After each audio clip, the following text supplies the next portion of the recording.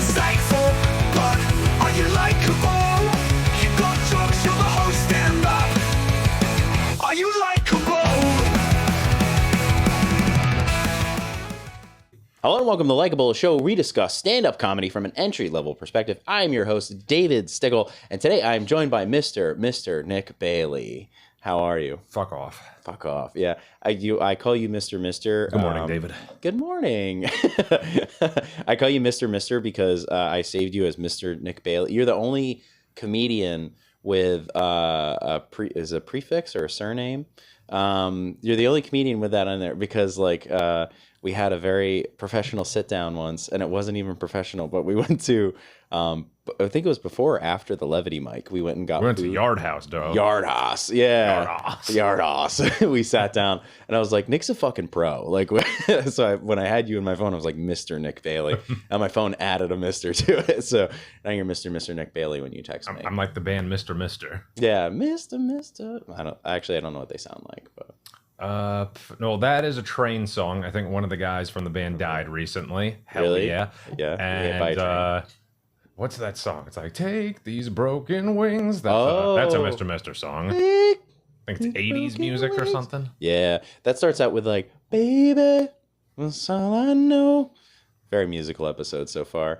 This is a weird start because we were just talking about, and then we decided to actually start the podcast. We were just talking about taking a day to go to the city to do mics, and you, because I heard you say this on the Great to Be Here podcast with those fuckheads, Jacob and John Leary. A podcast I still have not listened to. Yeah, fuck those guys. Did you know that Steve Carell has never watched an episode of The Office? Really? That's who I aspire to be. Yeah? Not watching or listening to my own content. Yeah. I'm already not Steve Carell. Same. Yeah. I watch my own sets too much, and I used to watch this podcast, but I cannot watch this podcast anymore. So I'll watch it back in like editing, just in case there's something I know I need to take out. And then I also try to remember what we talked about by watching it again. And then, but then when it actually gets published and it's out there on the thing, I'm like, I'm not going to listen to this because I just listened to it and I lived it. So I'm done. Yeah. You know that one stand-up comedian, Troy Bond? He does Broadway spots a lot. His most sounds so familiar. His most viral video is like dealing with a racist heckler. He called some lady Kamala Harris, and she almost like threw shit at him on stage.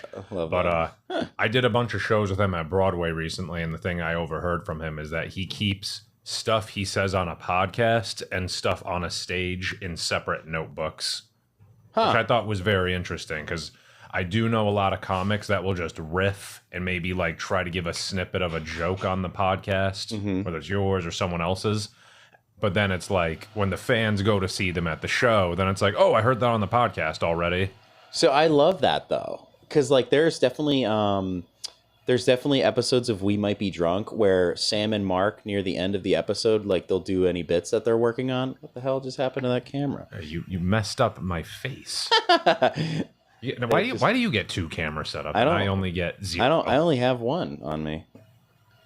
Why is that? Technical difficulties. Technical difficulties. Anyways, I'm gonna be the solo on camera for now. It's coming back. I just leaned in a little bit and I saw it moving. I know. It said "fuck you, Nick Bailey." There it is. Okay.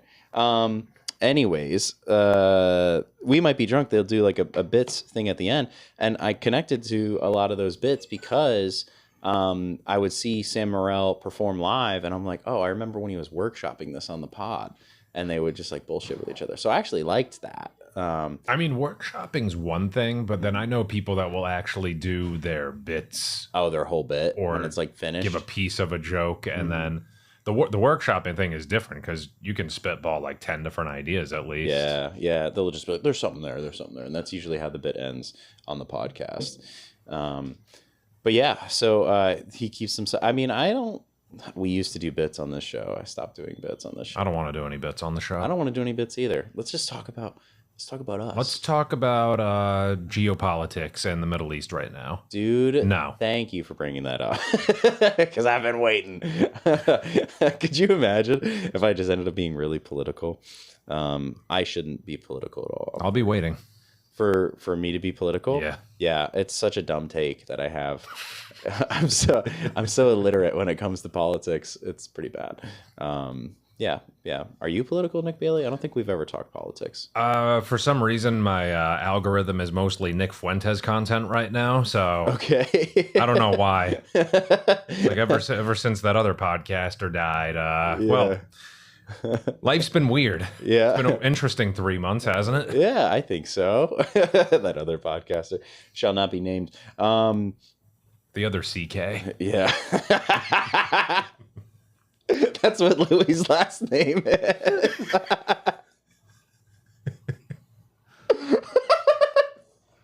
Oh man. Oh, that's I love that, Nick. Which one? Me or Fuentes? Well, you, man, you're great. Well, what? Hell yeah. What can we get into right we were talking now? about picking a day to go to the city because that was happening on the Great to Be Here podcast. Don't listen to that podcast. Listen to this one. Never heard of it. They're assholes. Yeah, I think I'm going to start doing that in my New Year's resolution. It's a good resolution and thank you for bringing that up because I need to write down, I don't know, like 3 minimum goals. Mm-hmm. I did like 12 goals in the last couple of years. I think I've like chopped it down a little bit. Oh yeah, stuff I didn't think was gonna happen, and stuff I'm like, I'm never gonna see this one happen. But you're like I mean, of all the comedians that I've met so far, you by far get shit done. I mean, like that's why I admire you so much is because like. I mean, I'm sure you've got numbers on how many shows you've produced this year and all that kind of stuff, including the Don't Tell stuff we did. Yeah, we're above 20. Well, with me anyway, but I count co-productions as producing because same. It's an equal effort. We're now all on a ship, and we have to carry all this cargo, folding chairs, and love it. Everything. But yeah, it's been a lot because with the productions, excluding Don't Tell, I think I'm in like 16, maybe 17 by myself, or even with somebody else as well. But some of those, people look up to me a lot. But no, people look up to me a lot with like the work I do, but they don't understand like how difficult it can be. Because, well, I'll share a little bit. Like, one of my productions this year, my very first one in Middletown, actually, we had 115, 120 people at that, sold out immediately, and it was great. No bombs on the show. And then, you had to deal with the roller coaster of now performing for 20 people at a production, then 50, and then 12. And I'm like, that's fine. One of my most difficult productions this year was in the city. One you went to, I performed technically for 3 paying customers, and the rest we just let in. And was this the St. Mark's one? The St. Mark's one, yeah. Kevin's Sunday. First city show. He'll never get that moment back ever again. That was actually a really good show. You had Assad, right? Am I saying Assad? Assad Bembo, yeah. Yeah. You had him on the lineup, and then there was somebody else that was famous. You're really good at finding famous people. I don't want to talk about the other famous people. Oh, okay, fine. Fine. Assad was great though. But that was difficult because I thought, we did it May 4th. I'm like, make it like a Star Wars themed show, get a bunch of people to come out for that. I put out like ads and geotag the location. I hashtag Star Wars. Hopefully a lot of Star Wars nerds come out for the content and comes up in their algorithm. And then I'm only performing for 3 people from Ireland staying in the hotel right next door to the comedy club. And, that stressed me out so much. I'm like, what the hell am I doing wrong? What am I doing wrong? And then my friend Guy David, that I put on the show after, he throws me on his show, and his was miraculous. It ends up being like 25 people on a Sunday night, and for a Sunday night, that's amazing. Huge. Yep. Huge. But like, I was stressing myself out. I'm like, God, I can't believe I just performed for 3 people again. I hate this fucking shit. I'm gonna quit. Then I do another show 2 hours later. I'm like, I'm killing it. Yeah. But it's so stressful. And that's not the only time I've dealt with stuff like that. Yeah. I mean, so I don't really talk about the don't tell that much publicly because there's headaches that come with that. But like people asking you and me, yeah, like, hey, how do I get on this? Exactly. So for those that don't know, Nick and I both, along with Michael Egumbiade, love how I say that. Why are you gay? We all Mister, is that your name? Can I call you Mister? He doesn't sound like that, but I wish he did. He doesn't listen to this show anymore. So yeah, no, he was on episode 1 and never listened again. But God bless him. we produced the Hudson Valley Don't Tell, which is very fun.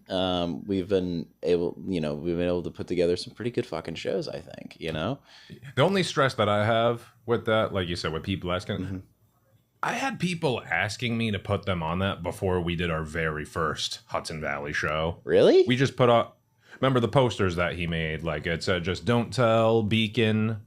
And I had people immediately be like, Joe, well, how do I get on one of these things? I'm like, we haven't even started the first one. Yeah. This is a pre-production. Yeah, I just send him the link to submit, and then the cards fall as they may. Same. I don't really pick who goes on these shows for the most part. Same. And yeah, no, that's kind of the nice part. I mean, I have ideas of who I want to put on, but yeah, there's people I would love to see on one, and local comics that I really would love to like showcase. But if it's not on a Don't Tell, then produce 5 other shows. Like, let's fucking try to get them on something else. Like, try to pay you otherwise. But those have been fun. We production wise, we had a show in Brooklyn that we had to cancel. So talking about like how that is another fail. Yeah, I guess, yeah. So I mean, like a lot of people I think don't realize this is like on the production end of producing shows, production and producing show is that I had a bartender call out on me, and I wasn't going to be able to get to the show at all, and then you were potentially not even going to be able to get there until 8:00. So it's like that's the nice part about co-producing is like in an ideal world that only happens to one of us, we just and the other one just shows up late or not at all. Oh, plus the previous day I was so sick. Oh, word. I wasn't like like puking. I didn't have the flu or anything, but like I have this weird thing wherever I get wet feet, I feel like I have a fever or something. Really? So I had to do a photo shoot at Governor's Islands. Okay. And I'm like, what? I should bring a second pair of shoes just in case. Nah, I'm going to leave them in the car. Not even 5 minutes into my walk in the city, car splashes my fucking feet. And I'm like, shit, I can't go back to my car. And I should have, but anyway. So I have to go all the way downtown Manhattan near Battery Park, take a fucking boat to this island. These people are late, and then I'm just standing in the freezing cold in this like rendezvous point, whatever you want to call it, waiting for this guy to propose to his girlfriend. And then we have to make the walk all the way back. I'm freezing cold. Just halfway back, I'm like, oh my God, I feel like I'm going to pass out soon. I just go back to my car and I'm just like, ugh. So woke up on Monday and I'm like, I don't want to do comedy today.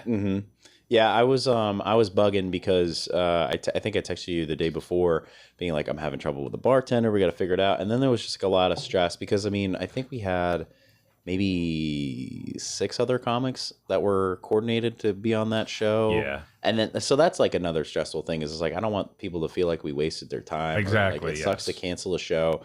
My anxiety is like, oh my God, they're going to hate me. And everybody was very understanding in the end. Totally. And like, the thing is like, really don't want to I mean, I don't mind gambling on like, hey, if we just have the show, maybe walk-ins will happen. Did somebody say gambling? Gambling? You can kind of maybe gamble on walk-ins happening, but I don't think we had any ticket sales before that. So plus he never updated you like, oh, people came, you should have put it on, right? Yeah, exactly. We got kind of, we did a crowd of 7 or 8 last time, and that was a fun show though. Yeah, that was a good time.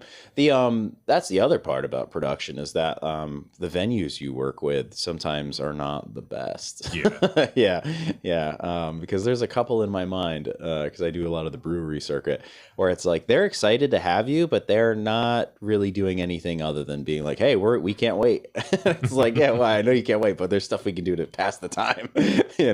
That's so no knock on the venue, but yeah, it would have been great if there was a little bit more response, I think, from them. One of the best things in stand-up I ever heard was from fucking Larry the Cable Guy once. Hell yeah. And he said, there's this thing that people forget. It's called show business. There's a show and there's a business. Some people are good at one and not the other, but these things, what he was saying is like, these things need to meet or you're not going to have a good show. Hell yeah. Yeah, I mean, yeah, that's the thing is just like, they're not like, actually, what I don't mind about the brewery that we were going to do in Brooklyn is that we're kind of just on the hook for the money, you know what I mean? Versus like, there's another brewery show that, I do, but kind of probably won't do in the future. I don't really know. But they would give us a budget.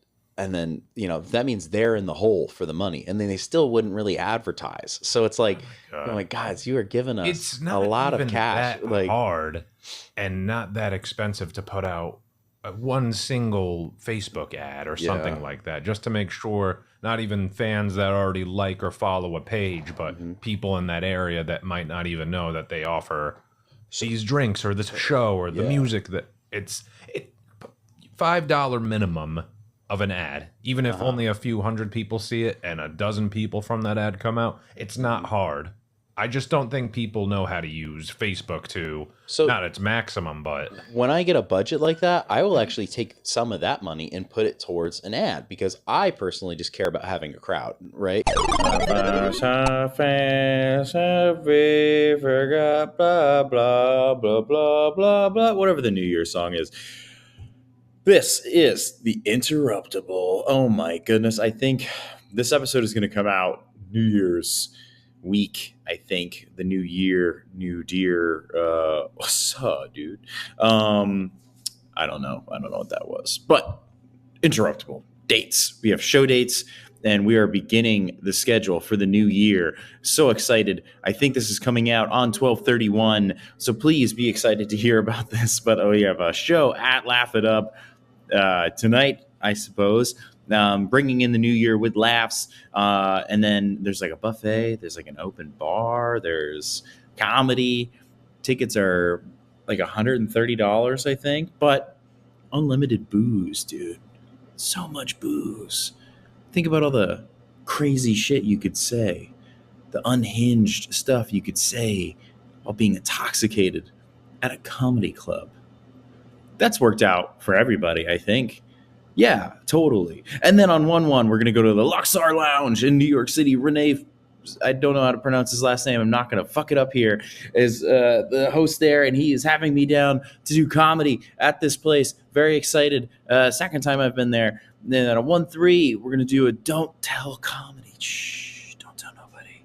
In Beacon, New York. Can't give you any more details. I will say that the headliner has been on Netflix. So, oh yeah, pretty cool. 110 Maganani. I think I'm pronouncing that right. Winery with Kevin Edlow. Thank you very much for putting me on that spot. Excited to do time there. 117, 124. Those are shows I'm putting together.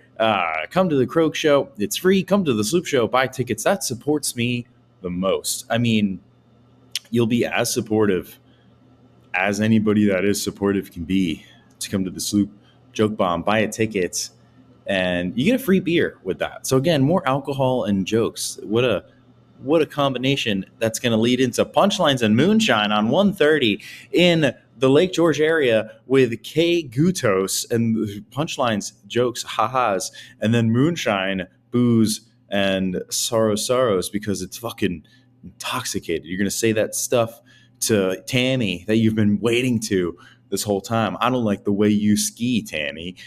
Nobody likes the way you ski, Tammy. I am wasting time talking about Tammy. That we're going to get back to the show with Mr. Nick Bailey. I mean, that's, but like for them, like, I feel like maybe this is more of an upstate thing, but really, you need the staff at the place to like advocate for the show. Like I think the Krog shows are as busy as they are is because I'm standing behind the bar being like, hey, there's a show next Saturday. There's a show next Saturday. There's a show this Saturday. Are you coming? Like, like there's that aspect of it versus like, in another place, they're just like a plea that does not give a shit. There was this one brewery I did right in my town in Florida, actually, Florida, New York. And this brewery shut down probably almost 2 years ago already, but they were just balls to the wall with everything. They would tape up, I don't know, 20 posters in this whole place. They would put them in both of the bathrooms. They would put it on the entrance, like a bunch on the bar, so people are just like staring down at their phone, looking to the side, like, oh, there's a show with the QR on it. There's everywhere in the place, so people are aware of it. Now, some of the place I'm working with, they don't even put up more than one. Yeah, that's disappointing. They care about the aesthetic of the place more than the results. Yeah. Who needs business when you have vibes, right? Yeah. We want to have like a cozy, like non-aggressive. We don't want to sell you beer or French fries. We just want to sell you a good time. Yeah. These French fries suck here. I don't know, man. It's that's what's frustrating. But I mean, at least the don't tell stuff. I mean, that shit is like kind of like. At this point, it feels like it's kind of like plug and play because we don't really have to worry about crowds showing up. We just have to move all the damn chairs. That's so fucking annoying. But yeah, can I put all my posters and a Facebook ad on these chairs? Yeah, dude. Yeah, that would make it easier. Actually, it's like just tattoo Coca-Cola on my chest, so I have a sponsor for my shows from now on. Yeah, I mean, never you would sponsored. do it shirtless for now on that too if you were doing that. If it pays more, it probably will actually. Yeah, I mean, they said this on the Great to Be Here podcast, but you're in great shape, man. You're in good shape. Yeah. Sorry, I'm fourth walling the podcast. Yeah, right now. no, dude, I make eye contact with the camera too. I feel like it brings like a real personal connection to the viewer. I hope so. Yeah, and I'm hopefully encouraging people to check out the YouTube. Yeah, I get a lot more audio than video on this podcast, so I don't even. Do you get more audio listeners than YouTube? Way more audio than video, from my understanding. I don't have like official numbers, but I see everything on YouTube. I don't see everything on here, but because this is like a little network, they do a good job of putting it out there. But also it's just more convenient for people to listen to podcasts like in their car versus, like Dave Bailey, who will watch this episode on TV, because he watches YouTube. I listen to him on other shit too. But yeah. That's no relation to Dave Bailey. I have to make a PSA every time. Mention that Dave Bailey is not a creepy uncle of yours. He's just a creepy guy. I'm kidding. I love Dave Bailey. Taking shots at the Great to Be Here area. We had this. Dave Bailey posted his Spotify wrap up like last week. And I topped them on his like watch list, and it's only because I've just been doing it a little bit longer than they have. So I mean, obviously, I've acquired more minutes, and so that was a fun little back and forth because I won the Dave Bailey Cup this year. The Dave Bailey Cup. Yeah, we'll see who gets it next year. You fucks. Does he drink out of that cup? I imagine he does. Yeah. Urine though, nothing else. It was no refills. No refills. It's a big gulp. So we paid 99 cents for that cup with a 7-Eleven membership. Hell yeah. Delia, as they would say. Don't get me started on Delia. Don't get me started. I don't even own a Dell. I'm not even a fan of her music, to be honest. Hello from the other side. Don't make me backwash into my Saratoga water. Oh yeah, I can't do it. The Saratoga still water. After this pod, I might get a bacon, egg, and cheese while I'm here. The smell is, we rarely do like breakfast time episodes. It's actually lunchtime now, but yeah, the bacon, egg, and cheeses actually smell pretty good here today. Usually I don't smell anything, but today I'm smelling it. So what are your sorry. Go ahead. No, what were we gonna ask? No, I was just gonna say, like, so in terms of resolutions for next year, I think that's something we should discuss, whether it's in stand-up or outside of stand-up. This will come out probably New Year's week. Ooh, I think. Good. Yeah, you're great at hosting this show. I'm fucking great at hosting. What are my resolutions for the year? I don't want this to sound like a negative thing because I love the place, but Wednesday is my day off that I have consistently off. And I've been just choosing that day to kind of rest and then go to two-way at night. I think I might just do that once a month, and then the 3 Wednesdays out of the month that are alternative, I will just go to the city, I think. Good plan. So I think I'm going to do that. So less Beacon stuff, you know, because that's been like comfortable for me. But I think it's time to make it a little uncomfortable. So my goal is to do a city day, probably once a week, if I can. There's a dog out there. I know there's dogs. This happened during Hannah's episode too. There was just dogs running around, very distracting. Hell yeah. Yeah. So that's one of my goals. I'm really trying to crack into that Funny Bone. I think I want to do that in 2026. Well, Funny Bone Albany, or yeah, just a Funny Bone. I want that credit. I've got Levity Live. I've got Laugh It Up. Like I want Funny Bone. That's the one thing I'm jealous of you and a few other people in our scene. You guys get to do like these actual corporate, I guess you can say, chain of comedy clubs. I still have yet to do one of them. Well, I mean, like, when you say that, it sounds like we do them regularly, but it was just like that one opportunity. It's still an accomplishment that I have not hit. So yeah. I mean, I don't know what the deal is. For the record, if you make me do a bringer at a corporate comedy club, I want you to go fuck yourself with a knife. Is there a bringer comedy club? That's a story I will talk about off the podcast. Okay. That actually, it's just too much time to take. But no, that's one thing I'm jealous of that you and other people got to do with that, because it's still tough for me with all the people that I've even like gotten to work with, like how to even get your name in there before getting on their stage. Yeah, that is so. Funny Bone is different for me because I got spotted at an open mic in Albany, and the booker for that pulled me aside and asked me to be, on a Funny Bone show. I got bumped from that Steve Byrne show, and you were supposed to go with Steve Byrne. I was supposed to do 2 shows with Steve Byrne in February of last year. He brought somebody with him, and I went from host to nothing because they had the feature bumped down to host. I got bumped off the show. She apologized and said, "Talk to me on Monday. We'll book you for any show you want in the future." I was going to do Mateo Lane because he had a sold out show on May the 4th, and so I was going to do that. And then that Monday, went to my show instead. I went to your show instead because that Monday I got a text from an Albany comic, Dee Bellinger, saying, "What happened over the weekend?"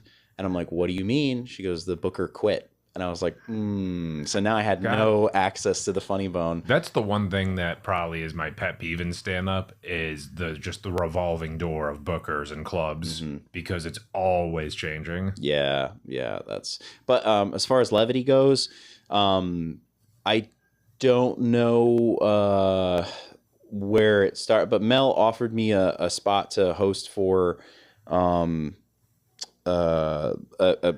pretty well-known comic, and I turned it down.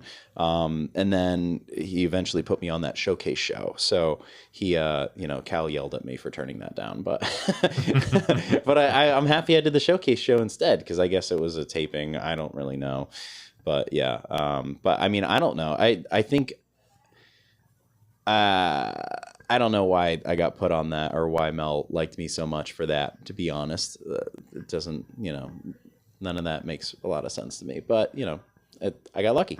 It's cool. Very good. Yeah. There's no like formula to it, I don't think. I mean, comedy is just one big lottery if you think about it. It is, for sure. Because it doesn't I kind of don't think, especially in the last few years, doesn't matter if you're funny or not. Like, a lot of people are getting picked for whether, like I said, the vibes, or if this person has 100,000 followers. And, I've worked with people that got 100,000 or 1 million followers, and sometimes they can't even bring a dozen people to a show still. Yep. It's a weird environment we're in. Yep. And sometimes they suck at comedy, which is rough, It That's is what rough. I'm saying. Yeah. But they're a good hang. Like, cool. No, the it does feel like a lot of luck, and like the thing is like I don't because we were talking about before this some of the attitudes of some people. We don't need to talk about that while it's being put out, but I don't get how people can't play nice, or just like be nice to each other, at least face to face, because like 1% of us are actually going to be successful at this, I think, but that means there's a high probability that you're not. But if you meet Thank you. but that's what I'm saying that for me too. I thought you respected me, David. I don't even respect myself. Dude, you're Mr. Nick Bailey. I respect the shit out of you. Mr. You know that Mr. lady? I think I just killed her. But like, I don't get why you would be mean to anybody, because like, what if they make it, it's like, be fucking nice to them, because maybe they'll throw you a fucking bone, like, and I'm not saying be fake to people, but yeah, be fake to people if you have to, because there's no point in burning a fucking bridge. I mean, that's the unfortunate thing with some people, and I'll say the club, but I can't say any names. Sometimes I do shows at the comedy shop, and while it's great for my shows there, and I work with a lot of great people in there, they have a lot of fake fucking people in there, but they're so fucking funny that you have to just keep your mouth shut. Yeah.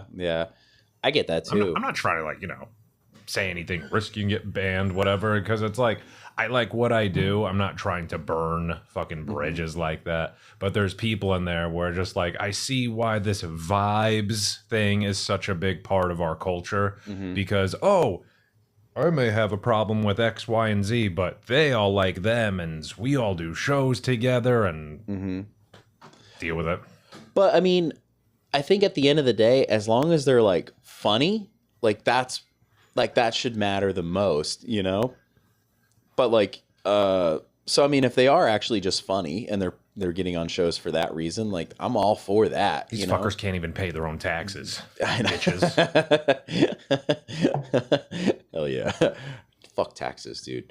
I fucking hate taxes so much. So much. Yeah, so I don't know. I think, the vibe is important, I guess, but like, it's just one of those things where like, even you put on shows with some bigger names, and we don't have to talk about it if you don't want to. But no, I thank you for saying that, because like, sometimes even when I don't talk about my big names, people still expect shit from me, so I try to keep some stuff on DL as best as I can. Yeah, but I think the point of like why that's like really cool or just like really special is, one, you made a connection with somebody that I don't know how you fucking do that. So I mean, so much credit to you for figuring that out, and that's like why you're fucking Mr. Nick Bailey, is because you fucking handle shit. How many times are you gonna say? I don't know. My goal is to seven times. We're at 4. Is this because I call you Stickle Pickle sometimes? Yeah, you call me Doggy sometimes, and I don't know. I call everybody Doggy. I know, but I'm just like, well, 1, that's news to me. 2, I think I thought it was making me special. But what was I gonna go with that? When you do a show with somebody like who you've done shows with, the people that are on the shows, or even yourself, like, you have the opportunity to kind of make a good impression. And I think a way to be successful or to get like a really good credit is if one of those people, and the odds of it are still small, but they're not zero, of like them being like, hey, I really liked doing this show with you. Do you want to open for me when I'm at the Funny Bone in a couple months? Haven't gotten that shit yet, Davey. Yeah, same. Just getting my hopes up again. Same, but I'm saying like Fantasyland, whatever's going on up in there. Yeah, but that's not going to happen if you don't fucking work with that person to begin with, right? So like, at least when you do that with some of the names you've done that with, and then you've booked people that you like or care about, like, you get them in the room with somebody, and if that happens for you or happens for them, at least you're helping out somebody you care about. Like, I think that's really cool. So but you got to think of, like, I hate to sound pessimistic, you got to think of the bad to it, because there's people that I respected, people in the Comedy Cellar and people in the comedy shop or local circuit, indie show, whatever. There's people that I worked with. I'm like, this guy's great. I'd like to work with him more. And then they don't fucking watch my set. Not that I should care about that. But as soon as they do their set, they're outside burying their face in their phone or talking to someone else that they actually vibe with better. So there's a lot of people I've lost respect for over the past year or two. It's just people that ghost me or people that use me for spots. I avoid that crap now. I still fall into the trap of that. I've got to tell you a couple of stories after the pod, but you're going to fall into these bear traps more than once. So. Yeah, I feel like that happens a lot in the city, just because there's like, people show up, they do their time, and then they leave, and it's like... if they got another show to go to, I'll give you one good example of that where I had to respect someone's, time slots, whatever you want to say. Matthew Broussard, that's Laura Soger's husband. Yep.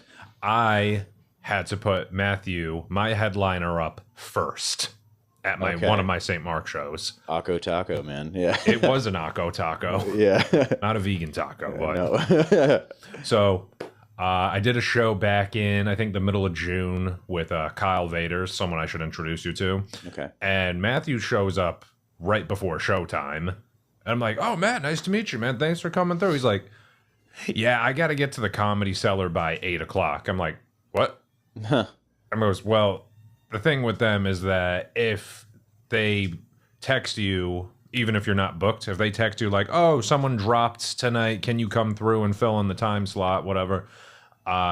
If you say no to it, then they're probably just going to put you on the back burner. Not saying they'll demote you, whatever, but they might not book you for like a month or two there. Yeah, so they see you as like not reliable or not worth texting first. Yeah. So it's like, oh, he's in the area, get him. Hopefully he comes here on time, and then he can, go to the stand later, get back to St. Mark's for all they can. But I had to put him on, I think it was like, we did the show, I don't know, 7 o'clock, and I had to put him on at 7:30. So we started the show early, put the headliner on first, and then in little droves, people started walking out, and then Laura went on probably in the middle of the show, and then half the crowd leaves, so we're left with, I don't know, 7 or 8 people left, which I mean, like, hey, cool, they're still watching, but this was a big buzzkill. I'm not disrespecting Matthew, but like, I get the situation that he was put in. I get what he chose to do. He was great. Yeah, I get what he chose to do, and I honestly understand the crowd too. Like they're there for him. Yeah, I mean, that's just a shitty situation,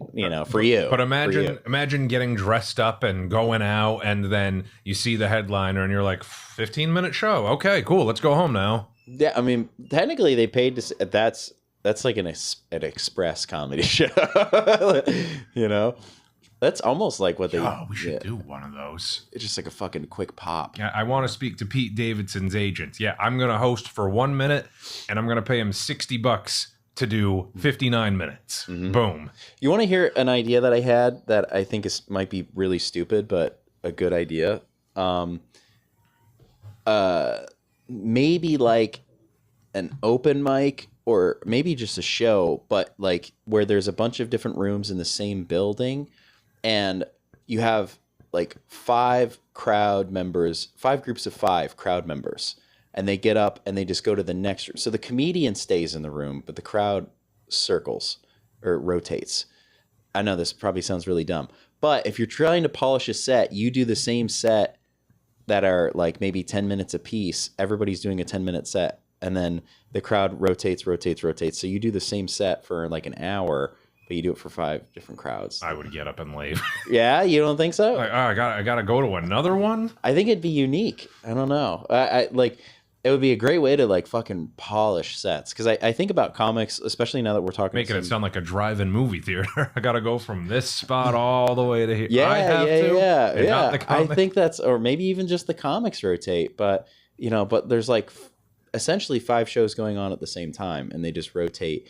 And that might be the most cost efficient to have the comedians on. They get to do an hour, and they get to polish that 10 minutes in like an hour's time, because there's like no layover of plot twist. They bombed anyway. Yeah. They sucked at the first one, and then they drug it out for an hour. By the 5th set, they're just like, I don't even want to do comedy anymore. It's like they're having a mental breakdown.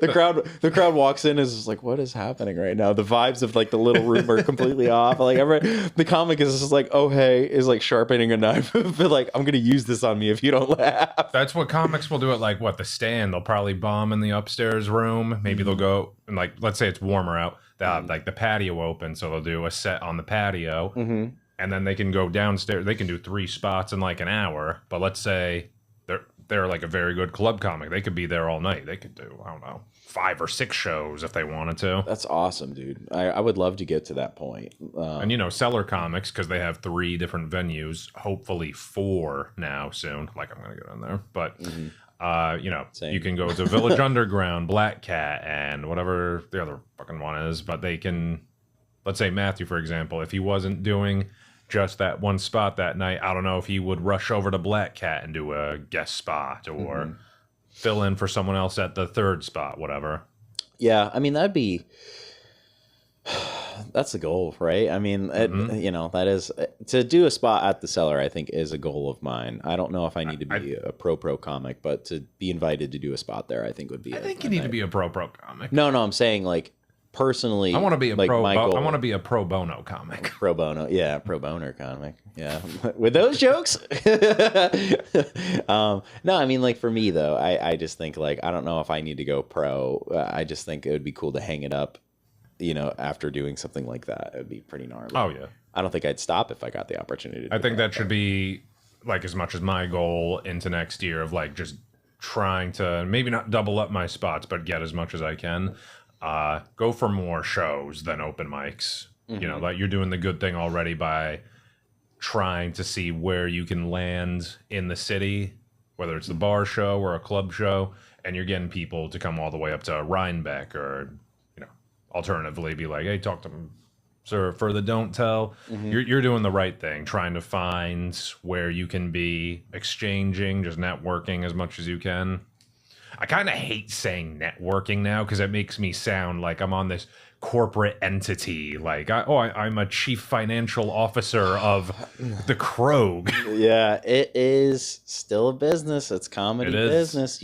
Like these relationships matter, Yeah, I'm networking. I'm going to LA this weekend, going to Hollywood, and then I end up doing like fucking 3 open mics in one show.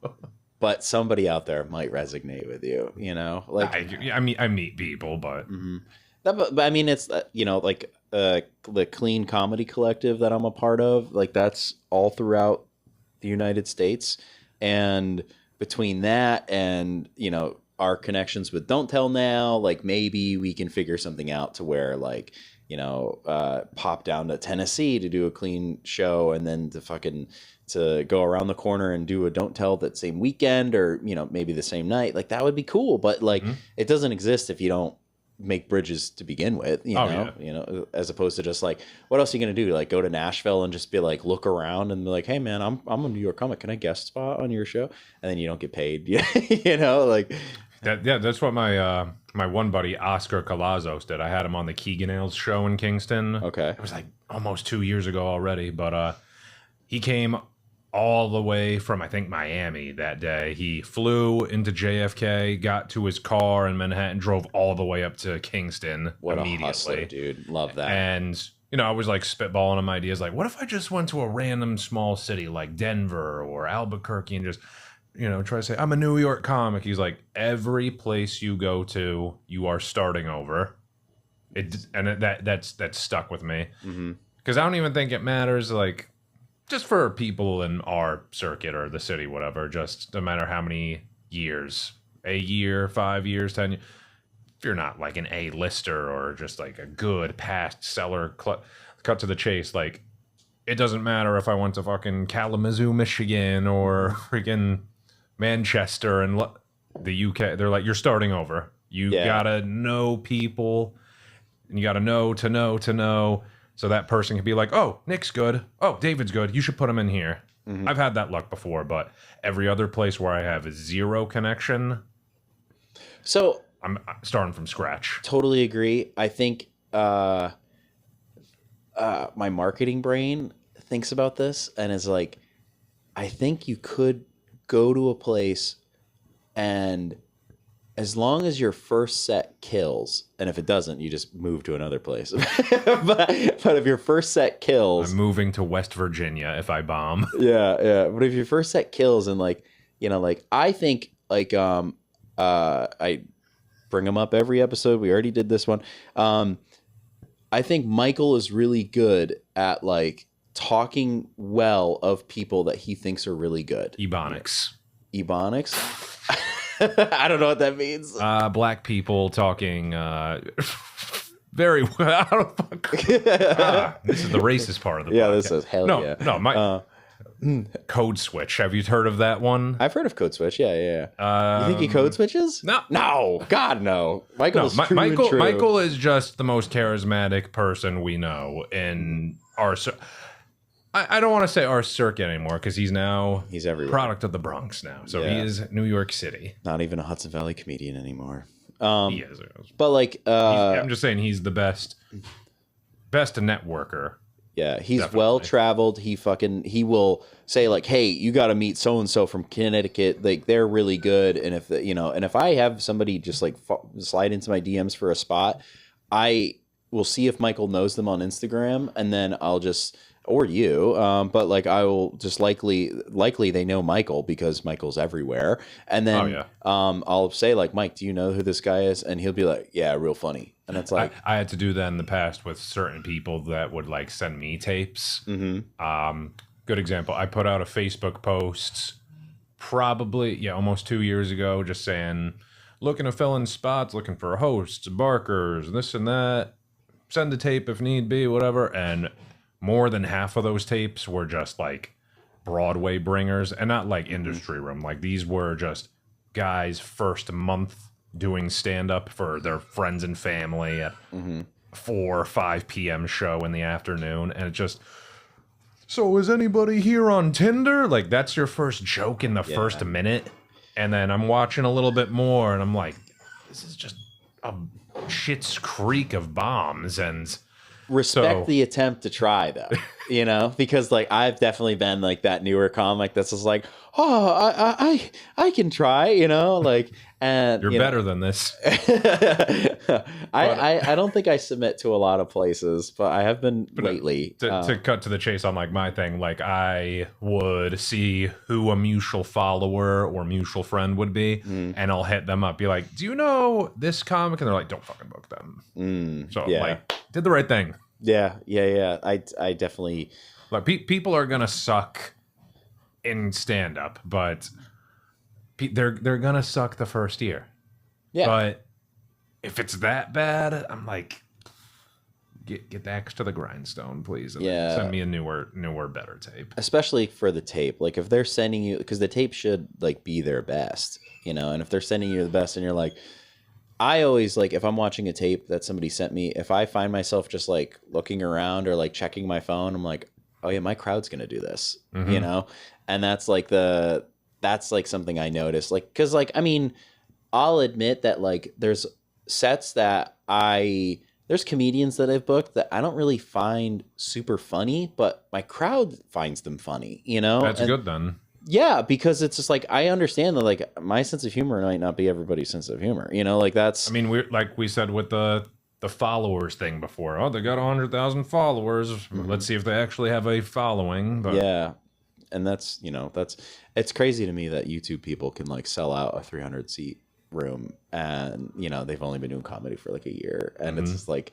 It's more important to see if someone's YouTube page is better than their like, their reels on Instagram or TikTok, because they could get 1 million views easy through an algorithm. But then you check their YouTube, their video only's got like, I don't know, 10,000, hopefully 100,000 clicks on it.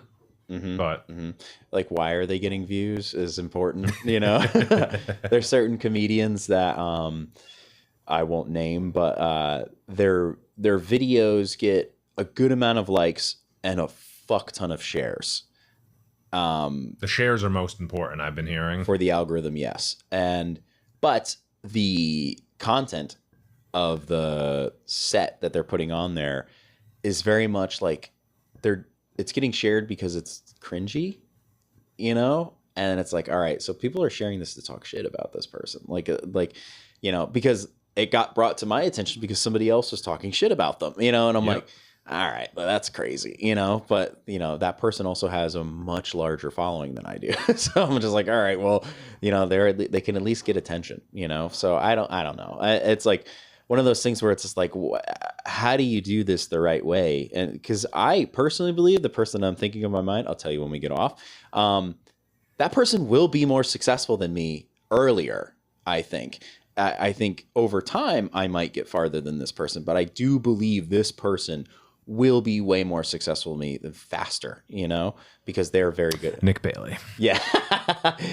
Wait, do you have more followers than me on Instagram? Let's check. Oh, let's fucking do this. We're going to, because this is important. We're going to do this. Let's go to IG. Just look at I your have page. currently 1,532 followers. I only follow 645. That's awesome. I have 1,971, but I follow 1,500. So let's help you unfollow at least a few hundred accounts just to give yourself a little ego trip, Davey. Are you likable? Are you unfollowable? Here's something I did recently, and not just for Instagram. I want to share this with not just you, but to all 2 of your listeners of this podcast. Thank you, Dave Bailey and well, Brittany listens to this podcast. I've got 5 listeners. Okay, Dawn. Yeah, Kendra listens. I know that, and yeah, those are all of them. So the people working the deli out there right now. Yeah, they're listening right now. Yep. So I did this with my Facebook recently, and I noticed a big difference because I don't know if all algorithms are like intertwined or whatever. I noticed on my Facebook, I now have a professional dashboard. So instead of just liking things and this and that, it shows. I think it kind of shows analytics now. Yep, insights. Insights, yeah. You can't spell analytics without anal. But or lytics. Anal butt. Oh, wow. Anal butt. Huh. Yeah. Anyway, back to the nerd shit. Yeah. I noticed, I think I have like 800 something Facebook friends. I probably used to have somewhere in between 1,000 and 2,000. But I noticed I followed almost 2,000 things. That could be, you know, people that you're friends with online, the business pages they have, or just random meme accounts, random other business pages. So I decided to unfollow 700 or 800 of those things. It's like, wait, I'm not friends with this guy, but I still follow him, so I unfollow all of those things. These business pages that I don't even like. I'm like, wait, why do I like freaking Sprite? I haven't even drank Sprite in like 10 years. Unfollow just weird and just weird meme accounts. Like, oh, I think I liked this thing back in 2009 when I made a Facebook. So as soon as I cleansed all of that, my algorithm had like a big reset. It's like actually showed the shit that I want to see. So I thought that was pretty interesting. It is pretty interesting. The algorithm is a very interesting thing to watch from a perspective of trying to sell tickets too, because like, I mean, I do paid ads for some of the shows, right? But like, for the most part, I gather that it just varies. Like if you do a story that has anything that says a price on there, it gets buried. I'm legitimately thinking about being an asshole and getting the blue check mark because it does help you. That's what I've been hearing a lot. Yeah, so that it'll help you at least avoid that part of the algorithm.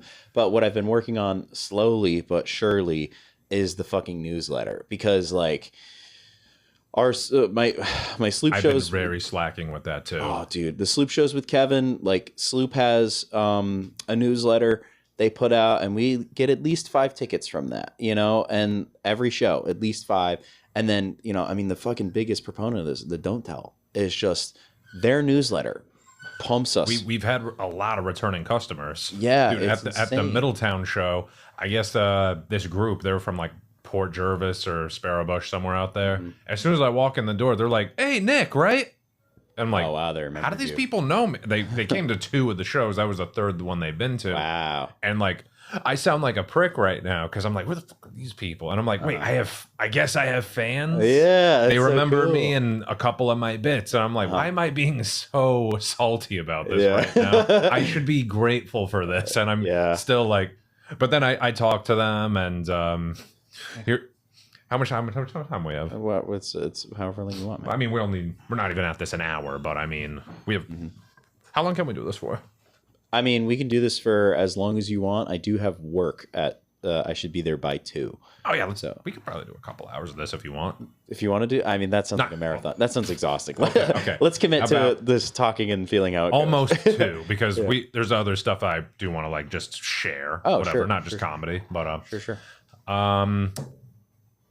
Yeah, like the newsletter thing. What else was I about to say before I got sidetracked? Somebody saw you. They talked to you in person. They recognized you. Oh, yes. So they said So do you guys only do shows here? I'm like, oh, we used to do an open mic because it was at Tapped. We used to do an open mic here. They do some indie shows here sometimes, but this is the first Don't Tell show for this side of Middletown. Everything I have to tell them, like, it's not always going to be in the same location. And they're like, well, why don't you do a show at this bowling alley? And I think I told you this story already. This particular bowling alley in Middletown banned me. So I only did 2 shows with this place. And notice how, I don't want to say their name, not because I'm afraid, but also they don't deserve any fucking infamy as well. Fuck them. This place banned me because I wanted to do another show on the other side of Middletown with a different brewery. So I do my shows at this place called Aspire Brewing in Middletown, New York. Just big open space. Another axe throwing cornhole place. And then they have a big room. That's the one I told you had 115, 120 people in. And like I said before, I did not get to do the show yet. I'm in the stage of pre-production, like planning a budget, planning what room I was actually going to do it in, who to get, who to put on, etc. I told the bowling alley this. I'm like, hey, just let you know, they want to do like a single show. And then they told me, no. Like, what? They basically said, if not just comedians, like if any other musicians or entertainers, vendors, I guess you can say, don't do business with us, they're never going to work in our place ever again. I'm like, see you later. Yeah, fuck that. Like, I thought I would get banned from a legitimate comedy club in my career. I got banned from a bowling alley first. Yeah. And it wasn't just me. So I guess there was a pinball company in Middletown, Rock Fantasy. They eventually made their way to Clemson Brothers, and then the bowling alley fucking took a shit on them for leaving. Like, what? Your biggest competition is pinball now? Are you kidding me? What's with this ball sport? What's up with the bowling alley burning bridges? That's so crazy. It's like that's the thing. It's just like, I think they fail to realize that they're a fucking bowling alley. It's like, what are you talking about? You know, you're not Carnegie Hall. What is this shit? Yeah, like we're trying to do something extra here. Like, oh, that's so crazy. And to even like freaking be fair, not be fair. I don't even know what I'm saying anymore. This is how bad the second show went. First one went amazing because it was like in between Christmas and the New Year. The second one was such a fucking flop. Like, I had some locals, I had people come all the way from like Seaside to perform on here and elsewhere. But anyway, they moved my show from like this bar space area with a mini stage right next to the bowling alley. So like, instead of being in a private little space, they moved me right next to the arcade area. And I thought, okay, this is interesting. It's going to be fine. But then I forget, curtains aren't always soundproof, so I'm hearing people like yell and scream. Yeah, that's strike. So I would love to do one standing on a bowling alley, but not while people are bowling. You know, David, like that sounds like a nightmare. You're already giving me PTSD of this shit. And that's not something I say all the time. That sounds horrible to do it while the people are. So there's, let's say, left side, there's the bowling alley, in the middle is us, and on the right side, there's the arcade machines and an escape room. So as people are talking about dicks and genocide and just the most profane stuff you can think of that we've seen at Mike's, there's families going in and out of the arcade and the escape room, just adults and their little kids just being like, Mom, Dad, what's an Israeli-Palestinian conflict? What's a gangbang? And here's the worst part of it. The kids were enjoying the show more than the adults were. I'm like, oh my God. Dude, that's insane. Crowd sucked also. End of story. It's also rough to just like to bomb at a bowling alley, because if it's quiet enough, you can hear the guy abuse his wife. Lebowski style. I don't mean to joke about DV, but goddamn. This podcast won't be monetized ever. That's a lie. Yeah. No, never. I don't think it'll ever happen, but we'll see. We're gonna try. We're gonna keep trying. I didn't ask you, like, when it comes to separating our show that we were supposed to do in the past week, whether it was Krog or Sloop or just any place else, what was something that was a big learning experience for you? Like, oh my God, this sucked so bad. Where as far as producing goes, performing, maybe. Ow, what the fuck was that? I don't know. I was had that water a dead in my cat? throat. And wow. I don't know. If I could replicate that on regular, that would be part of my act. Learning experience for me. Well, it's funny because I just had one of these. But I'll just say I mentioned earlier learning experience as far as making sure the venue is invested in the show, I think is a big thing as far as production goes. Learning about the value of bringing down the lights and keeping on a spotlight is super important as far as the crowd goes.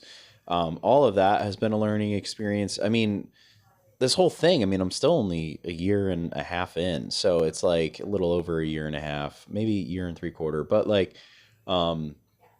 everything's a learning experience. Like this past week, I did a show in Kingston and I was very chill before they're going on stage. And I was bullshitting with the headliner and the host and just like, you know, I technically featured, but I was kind of like added on to the show just because I had the speaker, you know, like, so I luckily got in, and like Sam Evans was the headliner. He's a cellar guy, super funny. Was that Keegan's or somewhere else? Kingston Standard, which is another brewery in Kingston. Okay. And the host was Ben McKay, and he also produced the show.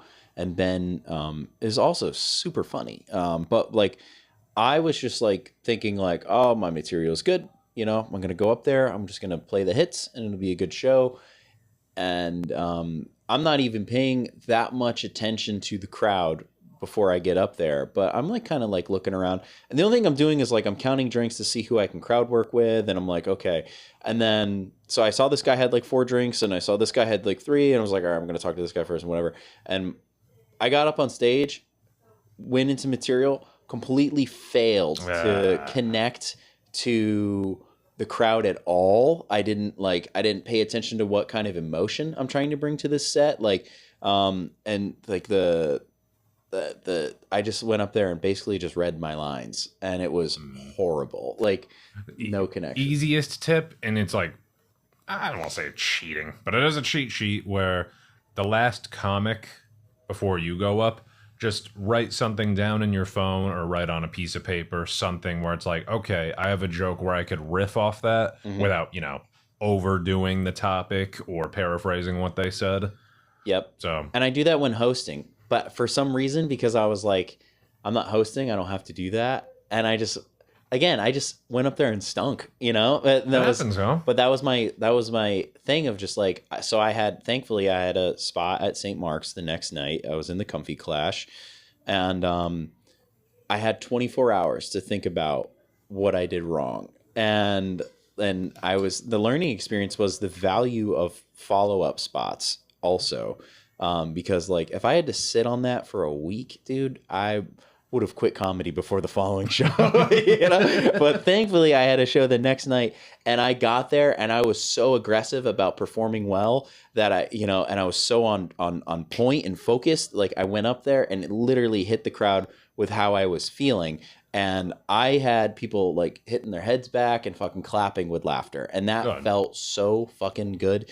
But that was a real learning experience. And will I fail it again? Yes, of course. But like always a pleasure. Always a time to bomb. But yeah, I mean, I'm sure there's a million other things that I've learned and that I should bring up. But that's what's in the top of my mind. What about you? What's a big learning experience for you? Big learning experience, like as of recent or whatever comes to your mind.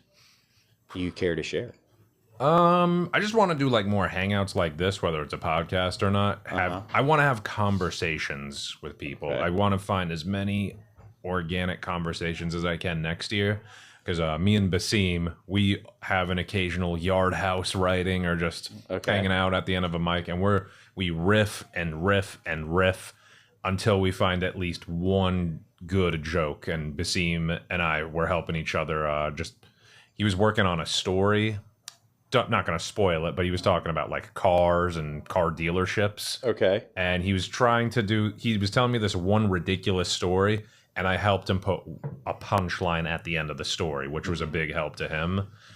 And then for me, I wanted to like talk about old like church stories, like growing up, like going to church every single Sunday. And I have so much like shit I can talk about, but it sounds more complacent than it does being funny. So Basim helped me write like a few things right from there. And But Basim is kind of good at talking about stuff that upsets him and making it funny, though. So I mean, he's a good person. He does like a voice and a lot of body language to it as well. Yeah. But this, when he was telling it to me, it just was like complaint, and then landed right on them. So he'll probably find the funny within like this car story, but to put at least a joke at the end, he's like, "Oh my god, how didn't I think of that?" Yeah. But I mean, if you're trying to talk about going to church as a kid and you feel like all you're doing is complaining and it's not funny, like he's a good person to sit with and talk. That's about what I'm saying. Yeah. We're just riffing back and forth until we find the funny in just a conversation. We're like, and don't make it exactly from that conversation, right? The joke, and then see if I can branch down a couple other funny little tidbits off of it. Hell yeah. So I'm trying to do more stuff like that because I feel like I'm just talking in just the same loop. I'm not finding anything with anybody. Just you'll find it. You'll get there, and you will. But it's still. Yeah, I have as far as like material and stuff goes, I feel like the advantage is working at the bar, because if I have a funny idea or like a funny premise, I'll have like, I don't know, like 70 customers in a week that I can just kind of hit with a different, spin on the same concept, so it's like, if there's a premise that I really like, I'll like vent about the problem that I'm having. Like for example, like when my mom was in the hospital, like that week, my side story to deflect from people talking to me about my mom was that like I was like, there's a raccoon living in my wall and I'm dealing with this, so like I'm like, and I'm talking to people, and then at some point I named the raccoon RJ, and people laughed at that. Isn't and that from Over the Hedge? I don't know if his name is RJ from Over the Hedge, but I was just... I'm looking up this go ahead, little but it's, piece of it. info. Yeah. So I like RJ is in my wall, and then I like kind of he became my pet, and then the conversation was about getting rid of him. Is it RJ? Look at that shit, ladies and gentlemen. I have to rename RJ. Like this sucks. Voiced by Bruce Willis. Yep. The guy that can't remember his lines for actual reasons. Fuck. I have to rename this character. Name him Nick Bailey. Nick Bailey. Yeah. NB. Because that way, if you kill the raccoon, at least you have a reason to. But yeah, so that was but that like the bar helps me for that kind of shit, or just like to flush out like a story of something that happened to me, and I'm like, yeah, this is what I'm thinking about talking about, and then sometimes the conversations get cut really short because like bar activity happens. Yeah. And so now I'm like, all right, well, what are my actual headlines for this story that I have to hit? And then you ever meet people? You ever meet people? Not even you ever meet just a guy at the bar that just one ups your story? Oh yeah. And then you're like, I think I'm gonna fucking say what this guy said. Sometimes I have people, and there's a little fan squeaking in the background.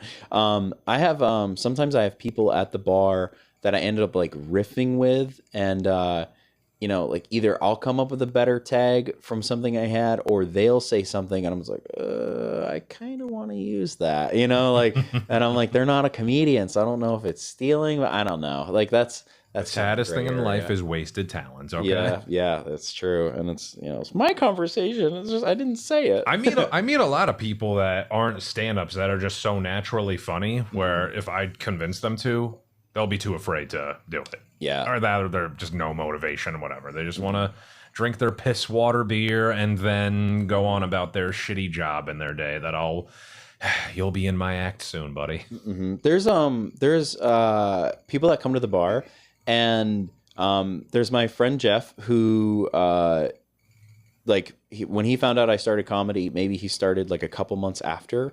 I hosted an open mic, but he also would go to the Tubby's mic in Kingston, and he watched one, and then he's like, I want to try it the next time, and he did, and he's been great, you know. And then there's other people that come to the bar and like talk about wanting to do it. And then I'm like, all right, well, our next open mic is this time, right? Something. And you don't see them at all, right? And they never show up, you know, and that's the sad part. It makes me think, like, what other shit do they miss on? Like their family birthday parties or even hangouts with other friends? Just And what's this guy do? Yeah, it's a little depressing. Besides be sad to me. Yeah, and want to do other stuff but never capitalize on it. I don't know. Like, so I think about that sometimes. I don't know how we got on that path of conversation. No, we're just talking about like just flowing conversations of talking to different people. Oh yeah. So is that your goal? Is to like kind of just sit down with more people and like talk with them? Yeah, And are you gonna start a podcast? Fuck you. You could. I did in 2020 and it didn't go anywhere. Oh so really? Well, it doesn't have to go anywhere. I called it the Envy Cast. Oh. And then I was like, wow, I'm only netting 10 or 20 views. I'm like, this is nothing. Those 10 or 20 people don't even come and see me. Yeah, but it's just fun to do. But I like it. This is fine. I like being on other people's podcasts. Yeah, the editing part is not super fun, but I barely edit this anymore. It's whatever. I just fucking do it. We're just over an hour now. We could probably do 20 more minutes, Yeah, maybe. sure. What did you want to talk about? Not just like the stuff outside of comedy. What? I look at Looking at that dog again? No, I'm making looks at the camera. But I think the dog is gone. I keep thinking there's a camera right here that you're using, but it's this one actually. It's that one. So this is looking at you, and then this one is off. Why is this one purple and mine is green? Is it? I don't know. I know these cameras have like AI that can like just track me. So if I like move like this, it'll like rotate. It's not on. They show me how. I just thought if something's like recording, it just turns like red, just to know you're on. Oh no. So when it's not on at all, there's no light at all for this. Yeah, there's a sink in the background. Nice. Sounds like someone's taking a hot dookie right now. Hell yeah, the good one. But right now, work's been a little difficult right now, but I am really staying busy this past winter. So since the end of October, my regular job painting's been very slow. So I signed up for doing background work, like being a extra on a show or a movie. Hell yeah. Mind you, I've not done this since before COVID. Like I kind of just stopped doing it, and I should have really been picking back up in the last few years. I just started doing it again. Just seeing the stuff that all these other comics do in their part-time. This one girl I'm friends with, her name's Isabel. Okay. And she would travel all the way to like fucking Philadelphia to be on these TV shows and stuff. She's been in like Abbott Elementary.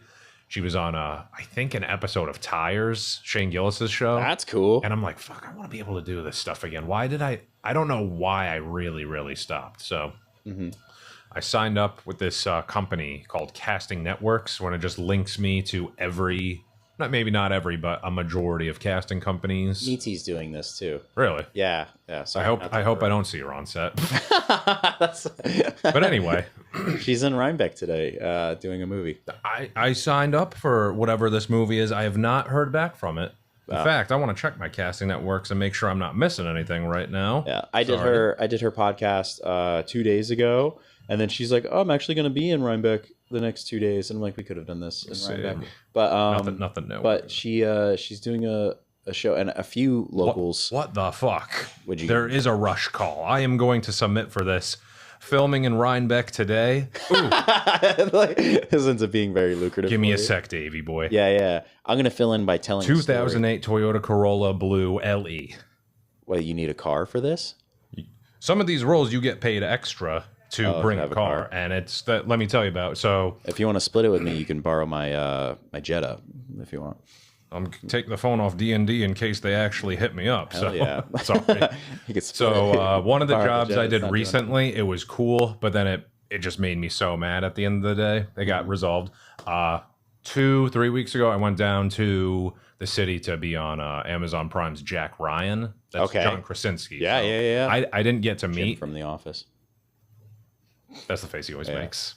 So I didn't get to meet him, but it's weird. You don't get to meet most of these people most of the time, but I'm next to him, like this far apart for one scene, or maybe he's running past me. So I reported to set from here, drove all the way down to like 4 o'clock in the morning, parked my car, got to holding, checked in.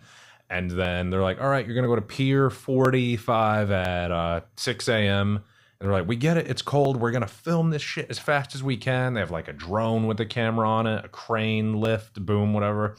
And then one guy on like a little wheelchair just rolling a camera back. So there's 3 different shots. They're filming these as quickly as we can in like 32-degree weather. And in the scene, Jack Ryan or John Krasinski, let's just say, spoiler alert, let's just say, I'm next to him in this one scene. And then I might be next to him in another scene. Shouldn't be spoiling it too much. But it's cool because it's like, holy shit, I'm like right near him. And it's just, it's kind of like, I'm in a scene with Jim. Wow. Yeah. There's only so much I can say. Yeah. There was, I don't know. Actually, I'm not even going to bring that up. But Meaty is in a movie with she's like a server, I guess. That's what I saw. That's one of the casting notices that I saw. She's literally handing Angelina Jolie a drink. Oh shit. And I'm like, that's fucking cool. You know, I would just be a terrible waiter if I was an extra. I would drop everything. It's a mob movie, I guess. I don't know if she has an NDA, but she shouldn't have told me, or shouldn't have told me and not told me there's an NDA. Yeah, that's why I'm trying to only say so much. I can say like what they had on the set. I can't talk about the scene. Yeah. Or I would love to be a background. But I worked for like I think 12 or 13 hours technically. Me saying that, it's like I'm on set for X amount of time and then the rest is just waiting around. But I'm working for 13 hours. They pay me for the car. I go back to my car, there's a fucking parking ticket on it. I'm like, what the hell? So me and several other people got parking tickets, even though the permits that they showed us and told us for the listing for parking and locations, they said we can park on this street in this part of the city. But the meter maids, they don't care, and my PDs don't fucking care. Yep. So we getting tickets. And then we are disputing the paperwork through the city, and I didn't even get my info back yet. The other people were all in a group chat, so we're all getting to know each other. And they're like, hey, they sent us a little notice, and they're saying there's not enough evidence. I'm like, we have a fucking permit. Yeah, that's wild. So thank God the casting company, they took responsibility. They say, hey, we're sorry about this. We're going to pay for your ticket. I'm like, that's good. More money than So I got to meet Jim, and they paid for my parking. Yeah, that's crazy. They have so much money. They could cover that. You know, I imagine they account for it. They don't want any legal shit happening, so just pay for the tickets. For sure. Yeah. I've been working in Queens, Manhattan. The most local one I did was Nyack as of recently. So let's see if this fucking show. Yeah, it'd be kind of funny if you came out to Rhinebeck and then you got on a Rhinebeck movie. I would love that. We have a lot of like Netflix and Saturday Night Live and random people that live in the town. So it's but yeah, there's Amy Schumer shot a whole movie here like a year, 2-3 years ago. I thought she really wasn't in much anymore. Was it that it was her I think it's her show that she had on Netflix or HBO. I forget what it was, but my friend almost hit her with her car, and because she was just like texting and walking across the street, and you missed. Yeah. But yeah, I guess it almost happened. But there's a lot of like random stuff that gets filmed up here because I don't know, it's scenic, I guess. I was on the same TV show twice, but in 2 different episodes. So as the same character or just different background? Different things. So one show that I did, it was. They got you?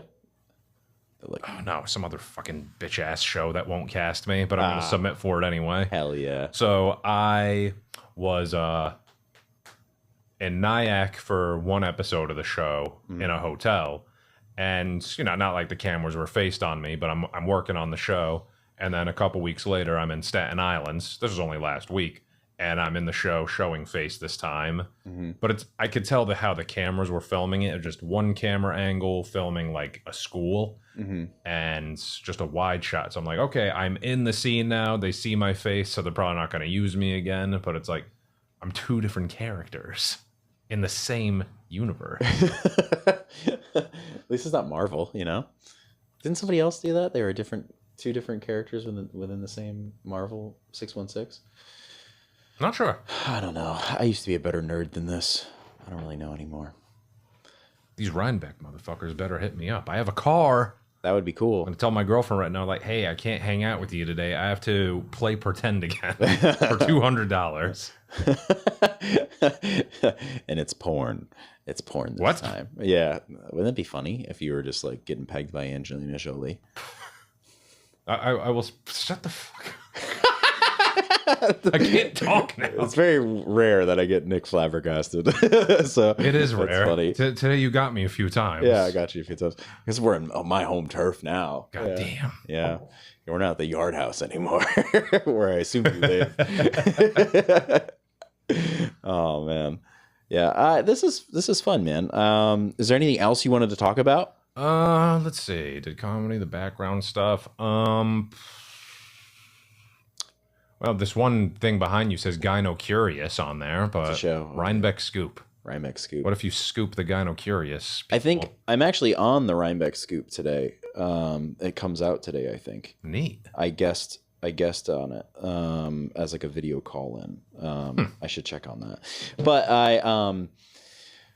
But yeah, man, I'm excited about these don't tells. I don't know what's gonna happen with them, but they've been fun so far. Like I think we're keeping a good pace of doing them like once or twice a month. Yeah, yeah.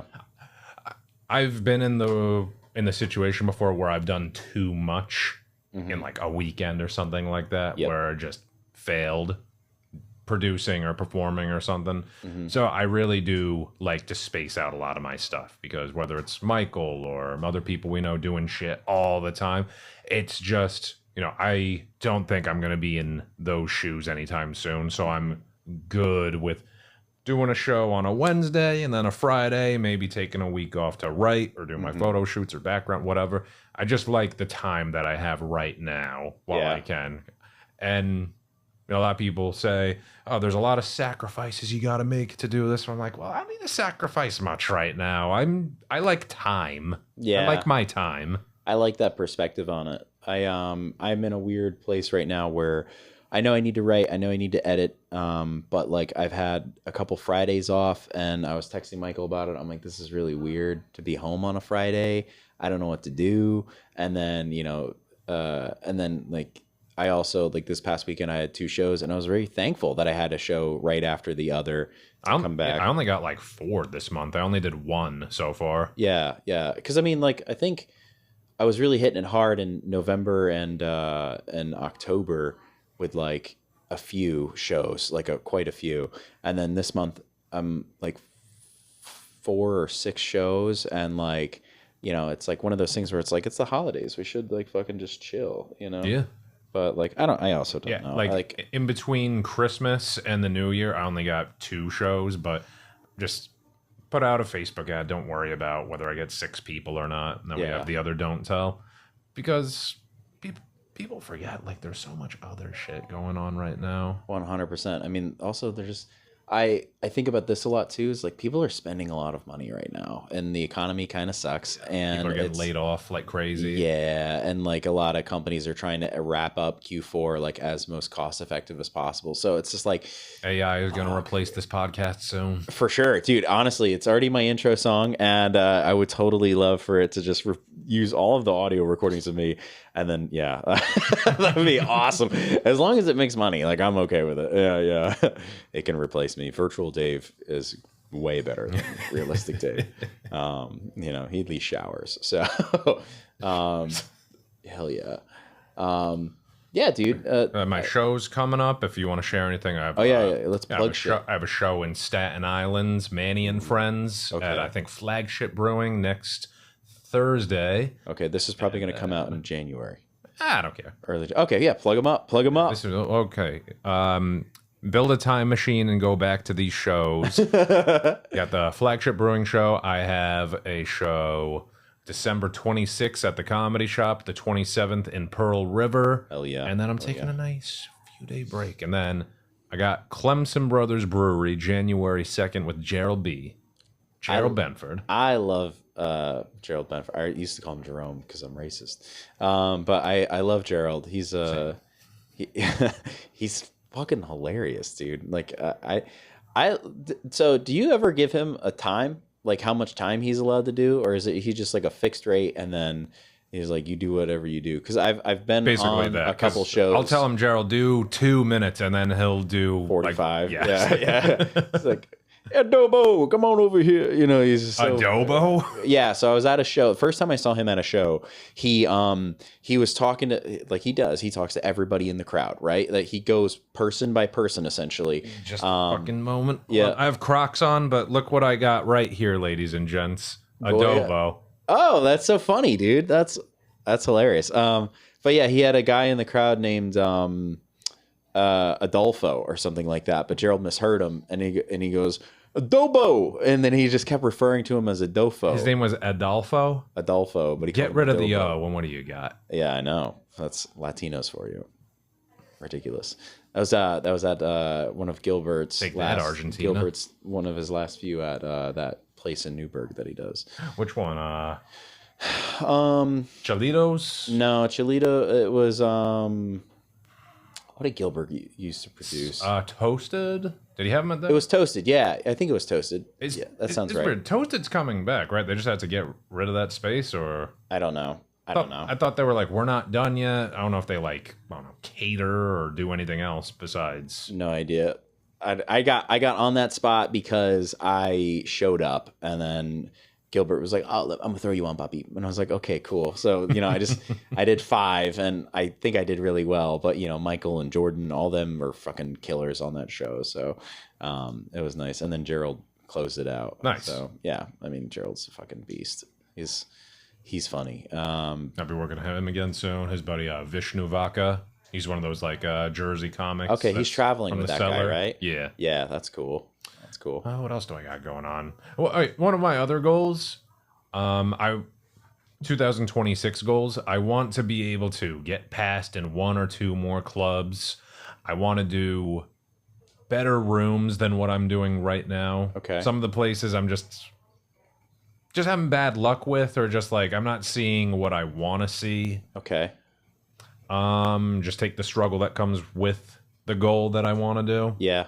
Like, let's say miraculously in the next year or 2, if they let me do shows at, I don't know, The Stand or whatever, I'll take whatever the consequences are when it comes to the stands. Like the politics of working with comics I may or may not like, how they do their bookings, and just everything else that comes with it, because I'm seeing it with the smaller indie clubs or the bars or the breweries that aren't giving us results. Yeah. I totally get that. I think for me, I don't know what the next plausible goal should be, to be honest with you. I just want to keep doing more. And I want to stay busy for sure. I get really proud when I tell people I'm doing spots in the city, because I think up here it resonates with people. They're like, oh, he's good enough to do it there. I did a spot in Boston recently, and that was like a big thing for a lot of people. That's awesome. Yeah, it was in the city or outskirts, anything like that? It was like downtown Boston. It was next to Faneuil Hall. Okay, good spot. That was cool. Yeah, I'll tell you. Big market. Yeah, I'll tell you who got me on that show. You know them. But I only know one Boston comic. Is it who we're thinking of, or Keyboard? What? All right, no, I'll tell you after. But because I don't want people to blow up his shit asking me in Boston. Yeah. But yeah, no, he didn't even see me perform. We just talked, and he liked me, and he was like, "Yeah, I'll throw you on this show." Like, that's awesome. Sweet. And I went out and I did well, but it was a fucking trip, dude. But like that kind of stuff, I think is really cool. I'm applying to a lot more festivals. I would like to travel a little bit more with the comedy. So even if it's like, I only did 2 shows this month, but one was in, Virginia, and the other one was in, Florida. Like, that would be cool, dude. I would totally do a flight in, do the show, flight out. Like, that kind of shit does not matter to me. Yeah, I'd like to do a show in, like, I heard Orlando is very good. Miami is iffy because it's just very touristy.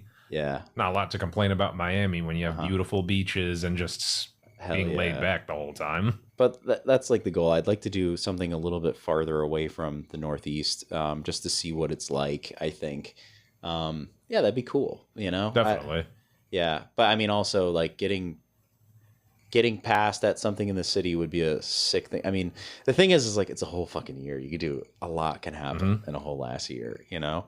Like January of 2025, I was anxious about doing 2 shows a month at least, because I had done 2 shows a month my first year. Same, you know? dude. Like it was weird because when I was maybe like my first full year in, I was doing like a show a month, and I was comfy with that. I'm like, as long as I get a show a month, I'll be successful. Like this is nothing. Yeah, and then that's why I said I want to space out all my shit accordingly, so I have time to do everything else in my life while still being able to do this. So yeah, and like the podcast was a great addition to this year, and I think that's been really given me a lot of opportunity. And it's great to really be here, podcast. Great to be here. Yeah, that's yeah. I'm gonna actually get to look in the camera when you're done and say, "Great to be here." I'm so sassy to you guys. It's so funny. I doubt they'll even listen. Those fucking jerks. I listen to theirs. You know, and shout out to I Hate When That Happens pod, by the way, up in the Saratoga, Lake George area. But it's super salad. But also, I really want to go on those pods. What's it? What was I going to go with that? It's like one of those things where like in January of last year, I was like, oh man, I really want to make sure that I do at least 2 shows a month, because I did 2 shows a month this year. And then, you know, I think I'm averaging like 5, and I'm like 5 a month this year. That's great. Yeah. And it's awesome. You know, like I think like 4 is a good minimum, because it's like you're doing it every weekend, and that's good. Yeah. Yeah. I don't want to fall victim to the numbers of it though, and be like, oh my God, I only did 2 spots this month. I'm regressing, you know, because I mean, like, as long as I feel like I'm putting in time, like either writing or networking or something, there is progress being made. But like, if I end up doing less shows and more mics, but in venues or areas that I feel like that effort is worth going towards, like, you know, I spent every Friday in 2024 after April driving to Levity Live and back. And that was 3 hours of my week just in the car, and then at the mic for an hour or 2. You know, so that's, you know, 6 hours of my week every week for that, most of that calendar year. I got a return on that by being on the spot there. And I hope that if I put in that effort of doing a 2-hour train ride to the city and back, you'll find better results in the city. You have dozens and dozens of more options. Yeah, and I just want to kill down there. I would love to just go down there, wreck shit, and then leave, and you know, and do that for as long as I can before it makes more sense to move closer. You know, that would be cool. Because I don't want to be the farm boy comic forever. You know. What else? Yeah, I got shit going up to I think March already. So April actually, if you include Don't Tell. So we're good. Do we have April shit booked out already? Michael had an idea for April. I don't know if it was like a place close to here or not, Jesus. But whatever it is, whether it's on the website or not, I'm considering it booked. So I can brag and fuck all of you. Fuck yeah. I've only got stuff listed for myself through February, end of February, but time to start planning 2027, bitches. I know, Jesus, we got 4 in February already, and 1, 2, 3, 4, 5 in January. Got a busy year. We're picking back up comedy, and then got probably my brother's getting married in May this year, and then my girlfriend's sister's getting married. So there's a lot of extra rotation. Stuff. Yep. A lot of stuff to talk about. Yeah, there's a lot of all that other shit that happens. I'm officiating a wedding in September. Really? Yeah, this would be my 5th wedding that I've officiated. Nice. Yeah, and it's just, I'm very excited to do it, but I'm just like, man, I really hope I don't get asked to do a spot. I'm just like, ugh. Yeah. Then you'll never officiate weddings again. I'm just doing it for friends. I would do the wedding, obviously, first and foremost, but it's just going to be one of those like moral conflicts of like, you know, if somebody hits you up to work with somebody you really want to work with, and then at the same time, you know, like you're like, oh no, I already agreed to do this wedding for free for a friend, and who doesn't even listen to this podcast. But you know, I'm gonna miss this opportunity to go be a friend, and that's a tough one. Tough one. Yeah, but that's life, man. Yep. Hell yeah. Nick Bailey, I'm gonna ask you to look right into this camera and say it's great to be here. I want to die. It's great to be here. Yeah. David Stickle Pickle. Yeah. Likable. Likable. Tragedy. All right, we're going to wrap up. Likable is filmed and recorded with Radio Free Ryan Cliff. Thank you to Jen Hamoud and Matthew Rosenberg, our producers. And thank you to the Epicurean, which hosts us for each and every episode, unless we're doing it on the road. But please come in, stop and shop, get a Saratoga sparkling water, or get a coffee. The coffee here is banging. And so is the bacon, egg, and cheeses. You have no... Were you going to say something? I do want a bacon, egg, and cheese. Hell yeah. Also, hit up NV Pictures, LLC for photography and any other type of event production. David, yeah, the rest is yours. Buy tickets to our shows, please. Yes. That would be great. Likable is a comedy-based podcast where experts in absolutely nothing and should not be taken seriously. Consider this your daily dose of questionable wisdom and guaranteed hilarity, we hope. Please proceed with a caution and a healthy dose of skepticism. Free Diddy. Free Diddy. Free Luigi. Louis C.K. Bye. Bye. Yeah, you got jokes, yeah, you're insightful.